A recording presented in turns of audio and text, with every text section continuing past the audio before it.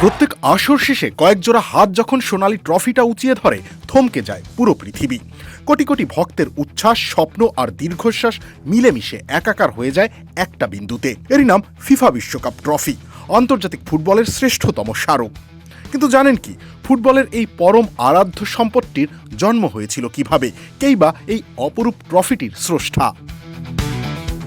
গল্পটা 1970 সালের। ব্রাজিল তৃতীয়বারের মতো চ্যাম্পিয়ন হয়ে তখনকার প্রচলিত জুলেরিমে ট্রফিটি চিরতরে নিজেদের করে নেয়।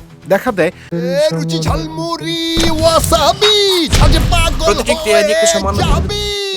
নতুন এক চ্যাম্পিয়নশিপ আইকনের প্রয়োজনীয়তা।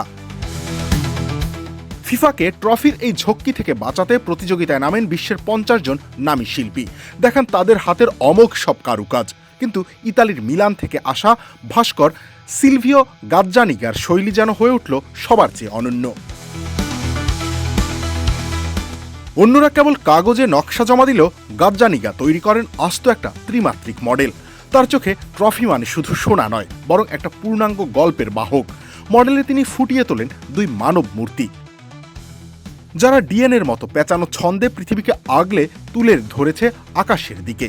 গাজ্জানিগার ভাষায় এটি অ্যাথলেটদের বিজয়, ভক্তদের উন্মাদনা আর মাঠের সংগ্রামের এক সম্মিলিত প্রতীক।